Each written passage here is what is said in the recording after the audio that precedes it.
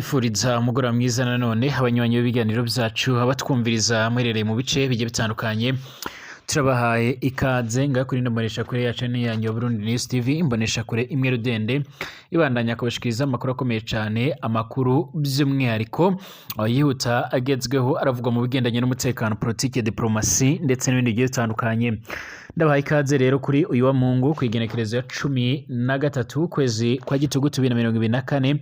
turabahaye ikaze ku banywanyi ibi biganiro byacu abatwumviriza bari mu gihugu cacu ciza c'u Burundi mu karere k'ibiyaga binini ndetse no hirya no hino ku isi twizere ko mumeze neza kandi muri amahoro. Ndabahaye ikaze mwese by'umwariko rero dore ingingo nkuru tugiye kugaruka muri kino kiganiro cyacu cy'uno mwanya. Nga muri kino gihugu cacu c'u Burundi ubwo hasozeraga inama y'abashikiranganje mu byo bajejwe ndetse n'abavugizi b'ubushikiranganje nkuko byakomeje kugenda bigaragara haragiye hababazwamo ibibazo bigiye bitandukanye ndetse harimo n'umushikiranganje wa mbere Gervendera ko buca bataziranda kugarika baje kugenda baramubaza ibigendanye by'umwariko no kwirukana by'umwariko amapikipiki ndetse n'amakinga ndetse by'umwariko n'ibindi binyabiziga bigiye bitandukanye cyangwa izindi ngendereza zitarimwe imiduga ndetse by'umwariko n'amabisi manini mu nyuma y'iko by'umwariko hakomeza kugenda hibonekeza igitoro kidahagije ndetse no kwirinda by'umwariko ibindi bikorwa bigiye bitandukanye maze by'umwariko baza kumubaza by'umwariko impamvu babikoze nyamara n'ubundi agakomeza kugenda hiribonekeza ibibazo bigendanye n'ibura ry'ibitoro yaje kugenda aratanga inyishu avuga ko by'umwariko ibyo ngibyo babikoze ku bigendanye n'impamvu z'umutekano ndetse banavuga ko Uburundi bwonyuze mu bintu byinshi cyane byitandukanye ndetse akaba ariyo mpamvu ariko harubakwa ibikorwa bigendanye n'umutekano cyane mu mpande zigiye zitandukanye z'igihugu ndetse akaba yaje kugenda anashimangira ko Uburundi buriko burarinda imipaka igiye itandukanye bahuza n'ibindi bihugu bigiye bitandukanye by'ababanyi mu gihe hariko haratutumba umwuka utari mwiza. Yaje kugaragaza ko kandi ibyo ngibyo ari byumviro byotanzwe n'abajejwe umutekano mu rwego rwo kugira ngo harabirwe hamwe uburyo umutekano ukomeza kugenda urabungabungwa canke bakomeza kugenda urasigasigwa nga muri kino gihugu c'u Burundi. Gervendera ko buca yavuze yuko rero mbere ya byose umutekano ro wa mbere ndetse agaragaza ko haba ku mutekano usanzwe ndetse n'umutekano wo mu babarabara ari byo bintu bya mbere byibanze bigomba kuba byoshigwamo imbaraga cyangwa se byoshyirwamo ingufu. Hanyuma kandi by'umwariko kuri uyu wa Mungu by'umwariko kwigenekerezo ya 13 gitugutu 2024 niho hasozerwa by'umwariko inyigisho zimaze imisi 5 zirahabwa imikangara yimbonera kure z'umugambwe CNDD-FDD mu makomine ya Busoni ndetse na Kirundo ni mu ntara ya Butanyerera nkuko amakuru akomeza kugenda aradusumira. Hari amakuru rero yaje kugenda aratangazwa ndetse by'umwariko hari n'ibyaje kugenda biratangazwa na nyiriteka Jerive na nyiriteka by'umwihariko ngira ngo musanzwe w'umuzi arongoye umugambwe wa CNDD-FDD nyiriteka Reveriano Ndikuriyo akaba yaje kugenda agira ibyo saba imbonera kure zirimo gukomeza kuba maso ndetse no kurabera hamwe uburyo bocunga umutekano. Hari inkuru y'akababaro ikomeje kugendera vugwa rero muri uno mugoroba mu nyuma y'iko by'umwariko hariko haragaragara imwe mu video bakomakomeye cyane y'abasoda b'u Burundi bariko baragirisha inama mu ntara Kivu y'amajyepfo by'umwariko muri Kivu y'amajyepfo muri Republika Iharanira Intwaro Rusange ya Congo aho bariko by'umwariko baratanga amabwiriza ndetse by'umwariko bariko baratanga inama ikomakomeye cyane ku banyagihugu baturiye muri ivyo bice nkuko amakuru akomeza kugenda aradushikira canke nkuko amakuru akomeza kugenda aradusumira bakaba bariko nyine baratanga amabwiriza ndetse by'umwariko bariko baratanga n'inama zigiye zitandukanye mu nyuma y'iko aribo bariko baracungira umutekano mu bice bimwe na bimwe mu nyuma y'iko kandi binjiye ku butaka bwa Republika Iharanira Intwaro Rusange ya Congo mu ntumbero yo kugira ngo barabire hamwe nyine ibikorwa bigendanye by'umwariko no gucungera umutekano. Amakuru yihuta akomeza kugenda aradushikira canke akomeza kugenda aradusumira akaba ariko aragaragaza ndetse aranerekana neza ko by'umwariko ubwo bakuraga inama ibirindiro by'ingabo z'abarundi byongeye kugabaga ibitero bikomakomeye cyane abasoda bashika kuri 18 baje kugenda by'umwariko barasiga ubuzima by'umwariko abandi barenga 200 baza kugenda barakomereka ku buryo bukomakomeye cyane. Harabavuze ko rero icyo gitero cokozwe n'abarimo Tabara mu nyuma y'uko rero Ntambara imaze imisi irakora umukutano ndetse ikaba yaragaragaje ko iteguye guhangana by'umwihariko ku buryo bukomakomeye cyane n'inzego z'umutekano hano ku butaka bwa Repubulika Iharanira Intwaro Rusange ya Congo nk'uko amakuru akomeza kugenda aradusumira.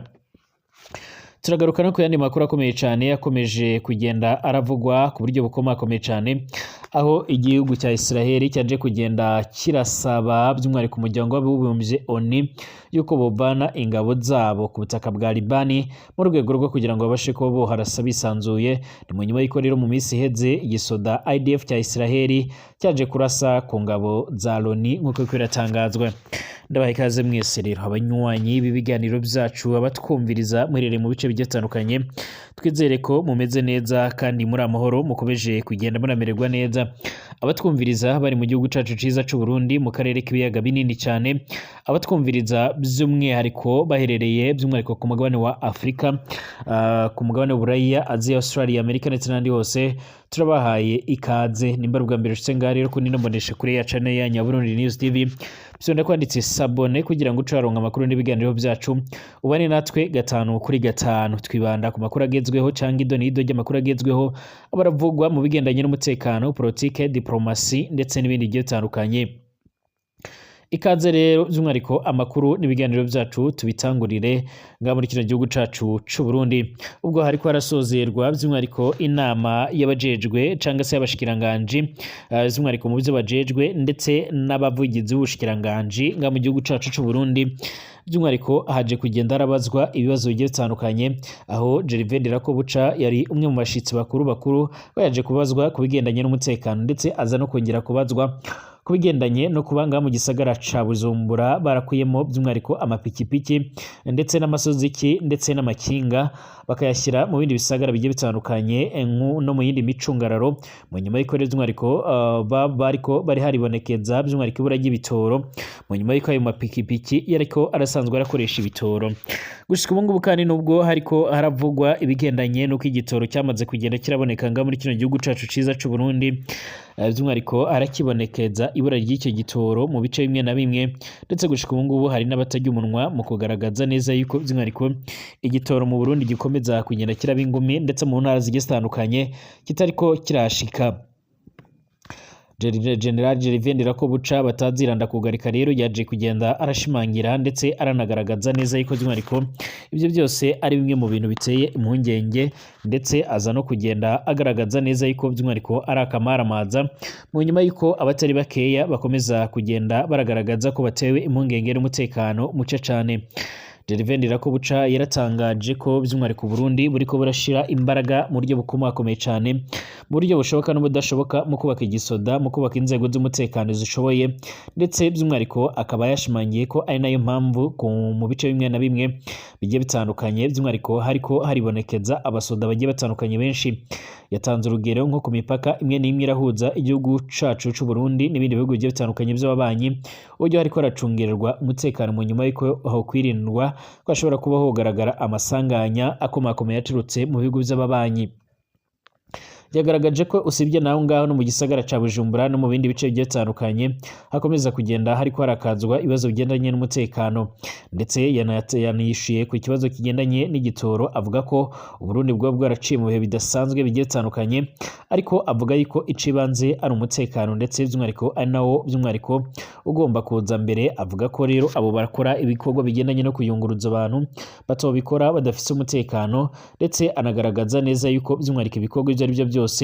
ndetse n'ibindi byose biriko birategurwa nga muri gihugu c'u Burundi, haba imbona kazoza guturuka mu mwaka 2040 bindabitse na 2060 idashobora kuba yozogerwaho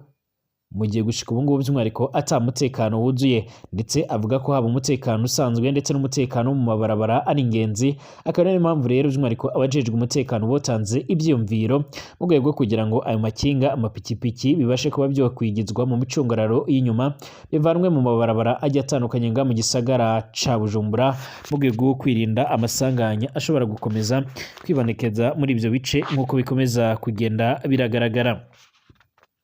yavuze ko kandi Uburundi burakomeza kugenda burakora iyo bwabaga kugira ngo bukomeze kugenda bwagura ibikorwa bigendanye n'umutekano ku buryo by'umwihariko umunyagihugu wese nga muri kino gihugu cacu c'u Burundi agomba kuzajya aragenda ntacyo yikanga haba ku manywa cyangwa se mu yandi masaha agiye atandukanye. Kuri uno wa Mungu kandi kwigenekerezo ya 13 gitugutu 2024 niho haje kugenda harasozerwa inyigisho zari ziramaze iminsi ishika kuri 5 yarabaye muri nondwi iheze zirahabwa imikangara y'imbonerakure z'umugambwe CNDD-FDD mu makomine ya Busoni ndetse na Kirundo ni mu ntara ya Butanyerera. Ibirorero byo gusozera bikaba byaratewe iteka n'umunyamabanga mukuru w'umugambwe CNDD-FDD nyeniteka Reverien Ndikuriyo aherekejwe n'abanyamabanga ntunganya bisata babiri n'urongoye umuhari w'imbonerakure ku rwego rw'igihugu. Izo nyigisho zisozerewe kandi ikese mu gihe zari zimaze iminsi ishika kuri 5 zitangujwe. Mu ijambo ryiwe umunyamabanga mukuru rero w'umugambwe CNDD-FDD Reverien Ndikuriyo nyeniteka yaramenyesheje ko hari uruhande y'inyigisho zo kuzirikana ndetse no gukunda igihugu iyo miyabaga y'imbonerakure kandi yigishijwe kandi by'umwihariko ibijyanye no kwitunganyiriza imigambi y'iterambere ku bwiwe by'umwihariko ngo barigisha ugwaruka kwitunganyiriza imigambi kuko rero kuko atawo kwigisha ibijyanye n'intunganyo y'igihugu ndetse n'umugambwe abenegihugu batagira ibibabeshaho. Inyigisho nk'izo kandi by'umwihariko ziriko zirategurwa ku muhari w'abakenyerarugamba ndetse by'umwihariko hakaba haboneyeho n'akaryo ko kongera kwibutsa imbonerakure yuko by'umwihariko ari umusingi w'umutekano yuko by'umwihariko ata muntu n'umwe yobasha kuba yodobya umutekano w'abanyagihugu mu gihe imbonerakure zihari ndetse aza no kongera kuzisaba by'umwihariko gucungera ndetse no gukomeza kuba maso bagafatanya n'abasanzwe bajejwe by'umutekano nga muri kino gihugu cacu ciza c'u Burundi. Jerevendi Raspo buca kandi ntajya umunwa mu kugaragaza ko Uburundi bitewe n'uburyo buriko buratera imbere hari abansi b'igihugu babifuza kudobya umugambi ndetse n'imbona kazoza bihaye ndetse akaba yaje kugendera nasaba yuko ibikomere ibyabaye mu gihe cyaheze canga se muri kahise k'igihugu bitokongera kwibonekeza nga muri kino gihugu c'u Burundi. Umunyamabanga mukuru kandi w'uyu mugambwe CNDD-FDD Reverien Ndikuriyo yaravuze ko kandi muri ugo rugamba rw'iterambere ata abantu bakeneye by'umwihariko gusubira kubona rero by'umwihariko birirwa bicaye ku marigara. Yarasabye abajejwe intwaro n'umutekano kuyatuza ndetse no kubafatira by'umwihariko ndi kubafatira ingamba. Nyeniteka umunyamabanga w'umugambwe yanibukije kandi ko bokwama bateramira by'umwihariko amahoro n'umutekano bagashirira mu bikorwa rero atari amajambo gusa. Kumbonera kure amajana 826 zitabye inyigisho komine Kirundo irafise imiyabaga amajana 405 harimwo abigeme 50 nayo komine Busoni irafise amajana 421 harimwo abigeme 55. Izo nyigisho zikazobandanya no mu yandi makomine 33 aherereye mu mbibe z'igihugu c'u Burundi. Ibi rero by'umwihariko bireko biratera impungenge abanyagihugu bavuga ko izi nyigisho ziriko ziratangwa zigendanye no gucungerera umutekano ndetse n'ibindi bikorwa biteye impungenge ndetse n'inkeke. Harabatajya umunwa rero mu kugaragaza ko Uburundi bukomeje kugenda burikeka ikintu cange bukaba bukomeje kugenda barategura ikintu aho bakomeza kugenda bavuga ko izi nyigisho ndetse n'izi ngendo ziteye impungenge ndetse ziteye inkeke ku banyagihugu nk'uko amakuru akomeza kugenda aradushikira.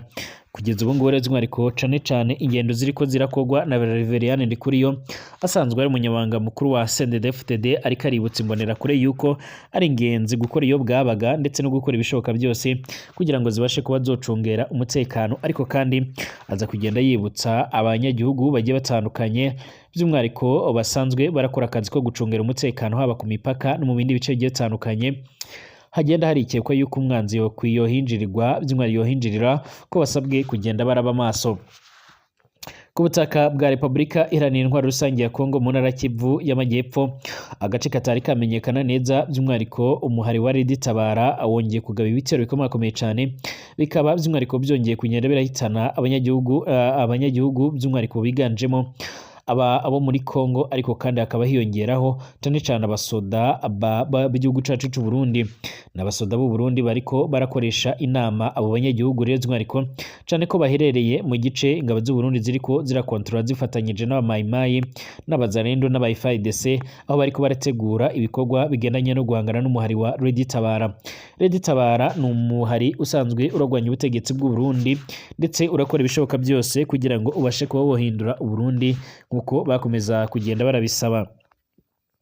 Ni Tabara kandi by'umwihariko amakuru akomeza kugenda aradushikira cyangwa se aradusumira avuga ko yoje kugenda irategura uburyo bwo kwihorera mu nyuma y'ikerutse kugabwaho igitero gikomakomeye cyane, bikaba bivuga ko abashika kuri 16 aribo bamaze kugenda barasiga ubuzima, by'umwihariko mu ngabo z'u Burundi abashika kuri 20 bakaba baje kugenda barakomereka, harimwo n'abanyagihugu nga muri Congo. Ni igitero cyaje kugenda cyamaganwa rero n'umuvugizi w'ingabo za Repubulika Iharanira Rusange ya Congo mu ntara Kivu y'Amajyepfo, mu nyuma y'ikorezwa ariko iki gice kiherutse kuberamo hari ubwato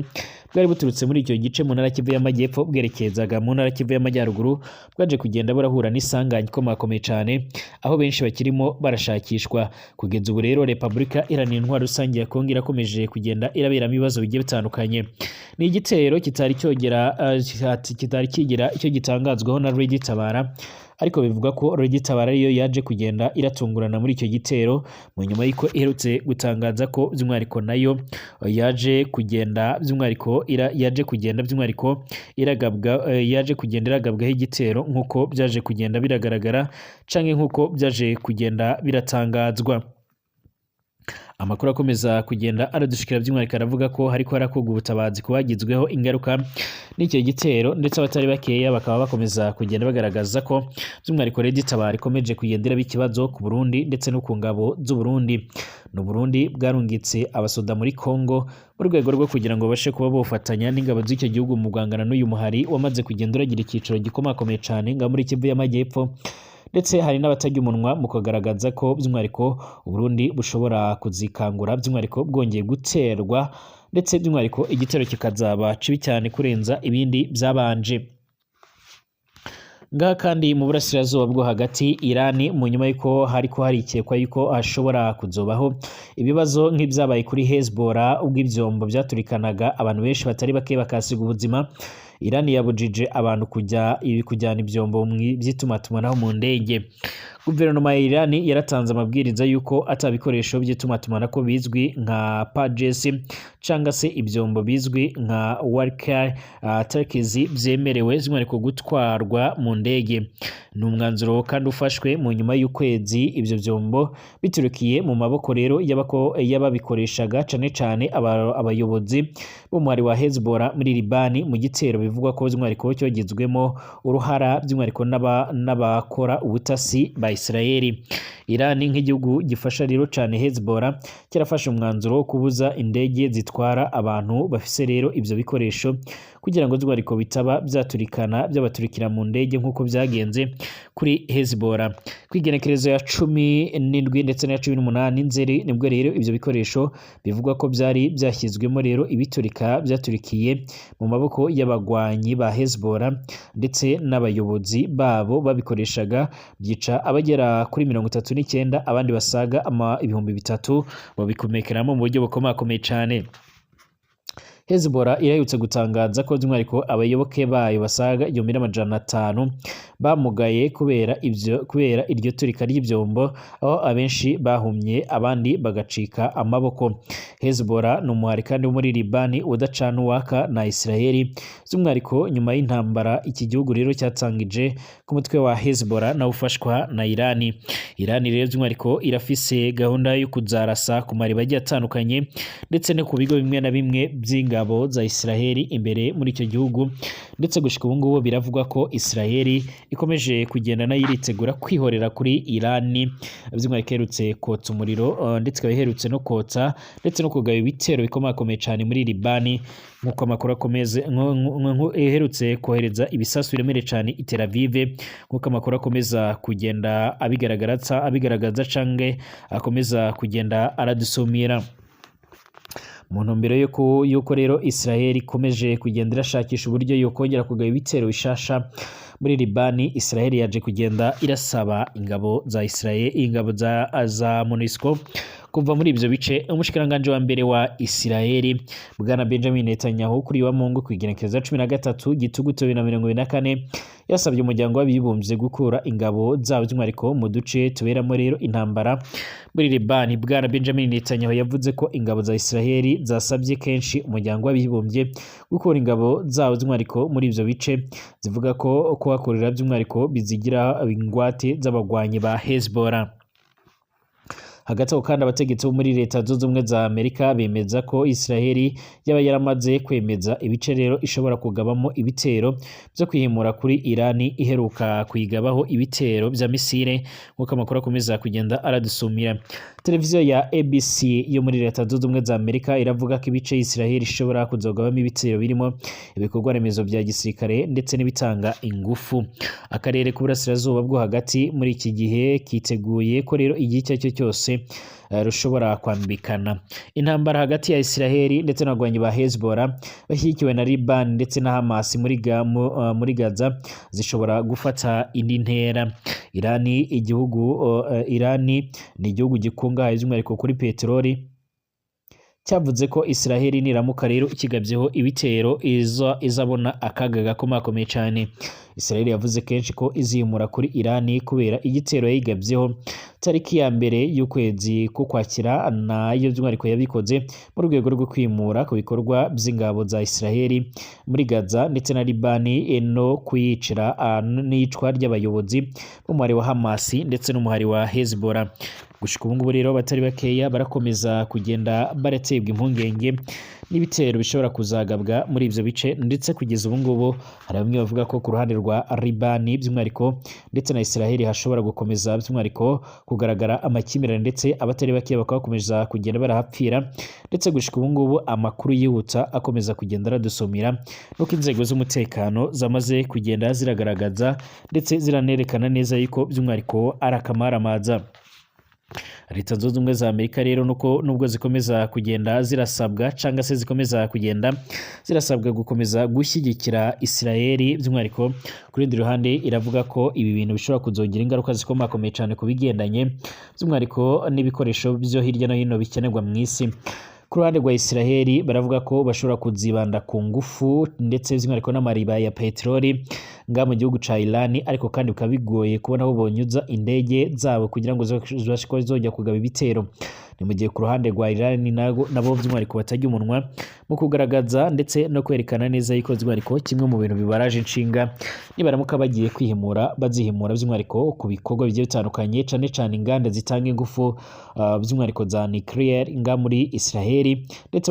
batajya umunwa mu kuvuga ko bazangiza amapetroli. Ku ruhande rwa Israel bakomeje kugenda bahakana ko badafise ibisasu by'ubumara,